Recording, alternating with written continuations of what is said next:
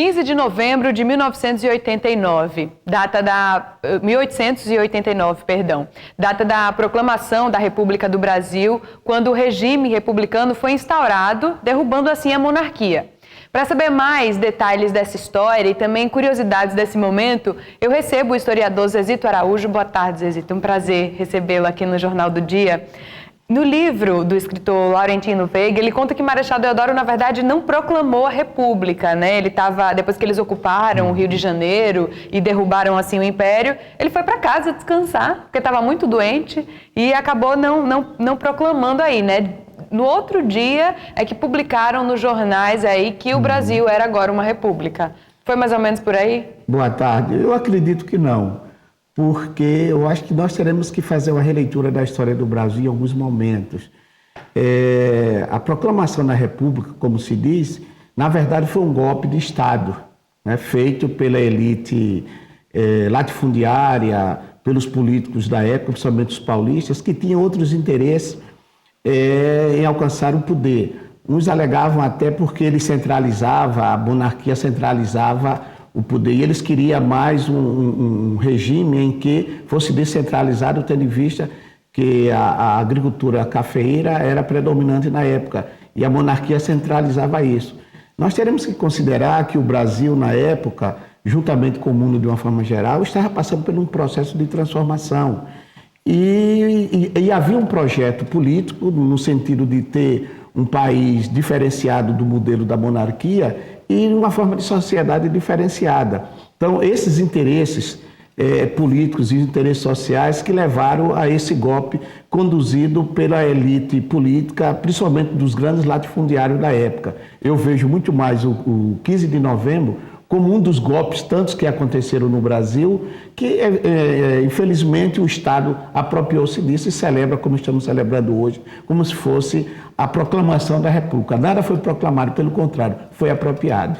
Mas uma característica interessante dessa história é que Deodoro era monarquista e admirava, inclusive, o imperador Dom Pedro II, né?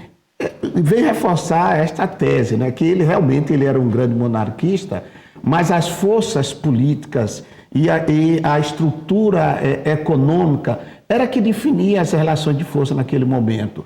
O modelo de sociedade, a partir da monarquia naquele momento, não atendia os interesses dos grupos hegemônicos.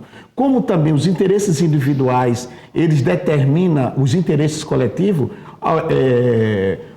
Deodoro ele tinha um conflito permanente com Ouro Preto, que era o presidente da comissão do Senado. E ele fez algumas atitudes que desagradavam principalmente os militares. Então, diante disso, com a pressão dos grupos hegemônicos, principalmente de Minas Gerais e de São Paulo, enfim, os latifundiários, os grandes latifundiários, que permanecem até hoje definindo as relações de poder da economia neste país, foram eles que pressionaram o Marechal Deodoro a fazer isso.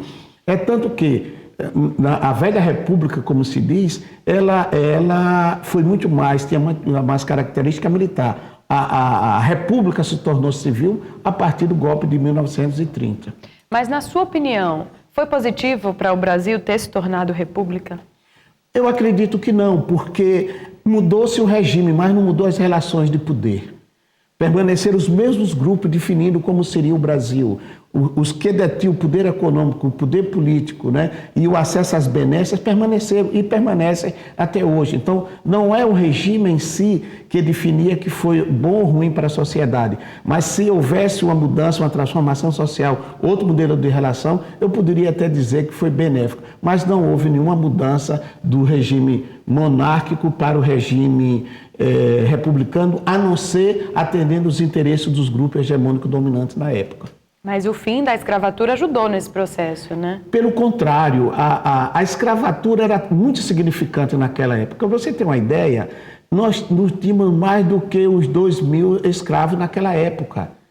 Basicamente, a escravidão ela estava abolida na época, dada as condições econômicas e as relações de poder na época. Então, não foi significativo. Os livros, inclusive, alegam, não, a proclamação da República se deu porque a coroa aboliu a escravidão. Pelo contrário, a escravidão já estava abolida, dado do processo das mudanças econômicas, inclusive da imposição do próprio mercado. Era o capitalismo surgente, a luta de classe na época conduziram com a abolição da escravatura e não que a República foi condicionada pela abolição da escravatura, e sim os interesses econômicos predominantes na época que levou o golpe de 1889. Isso, inclusive errei, falei 1989, era isso que eu queria dizer, 1889. Vamos falar um pouquinho também sobre consciência negra. O senhor é militante do movimento negro aqui em Alagoas. Sim. No próximo domingo é o Dia da Consciência Negra. O que a gente pode entender com esse termo, consciência negra? Olha, a consciência negra, as pessoas às vezes ficam buscando algo concreto, né? Pegar a consciência, o que é consciência negra? Consciência negra, no meu entendimento, é uma postura política. É uma discussão onde você coloca em uma mesa ou coloca diante da sociedade a condição do negro e a condição do branco. Quais os interesses, quais as possibilidades, como a sociedade brasileira construiu a figura do negro e a figura do branco. Quando a gente traz a discussão da consciência negra, nós queremos dizer o seguinte: a consciência negra, ela busca mostrar à sociedade que a sociedade brasileira ela foi construída como base da desigualdade, como base da exclusão social. Então, no 20 de novembro, todas as nossas discussões, todas as nossas celebrações, é trazer essa discussão na área do governo, na área do ensino, na área da educação, na área de ciência, mostrando que a exclusão social que hoje a população negra é colocada é devido ao modelo de sociedade excludente que foi criado desde que o primeiro africano aqui chegou. E o senhor acredita que, apesar dos avanços que a gente teve aí com o passar dos anos, o Brasil ainda pode ser considerado um país extremamente racista e preconceituoso? Em que nível? Eu digo 99% do Brasil ainda é país preconceituoso e racista. Por que eu digo 99%? Ora, se você tem uma população brasileira que 53% ela é negra, segundo o IBGE, e que essa população vive, na sua grande maioria, excluída de todo um processo de inclusão social, que não é dado a ela oportunidade, evidentemente que esse país, por si só, tem como modelo ainda um modelo racista, preconceituoso, discriminatório e excludente. Para a gente encerrar a nossa entrevista, na sua opinião, Alagoas tem que ser chamada de terra dos marechais ou terra de Zumbi? Evidentemente, terra de Zumbi dos Palmares, né? Porque a República se deu aqui com a liderança de Gangazuma, de Anelac Tuxi, de Dandara, né, de Acotirene. Essa foi a República criada aqui por esses negros e negros quilombolas. Zezito, eu agradeço muito a sua participação, a participação do senhor aqui, as informações que o senhor trouxe pra gente, um pouquinho de aula de história aí, né? Muito obrigada, viu? Eu que agradeço os telespectadores da TV Ponta Verde por esta oportunidade. Muito obrigado. E o Jornal do Dia, aqui da TV Ponta Verde, emissora do Sistema Opinião de Comunicação, fica por aqui. Amanhã eu tô de volta, logo depois do Plantão Alagoas. E eu aproveito para te lembrar que você assiste todos os dias aqui na TV Ponta Verde, de segunda a sexta, o programa Boletim de Ocorrência, às 5h30 da manhã. Agora vem aí o Júnior de Melo com as informações do esporte aqui de Alagoas. Uma ótima tarde para vocês, um bom feriado. A gente se encontra amanhã. Até lá.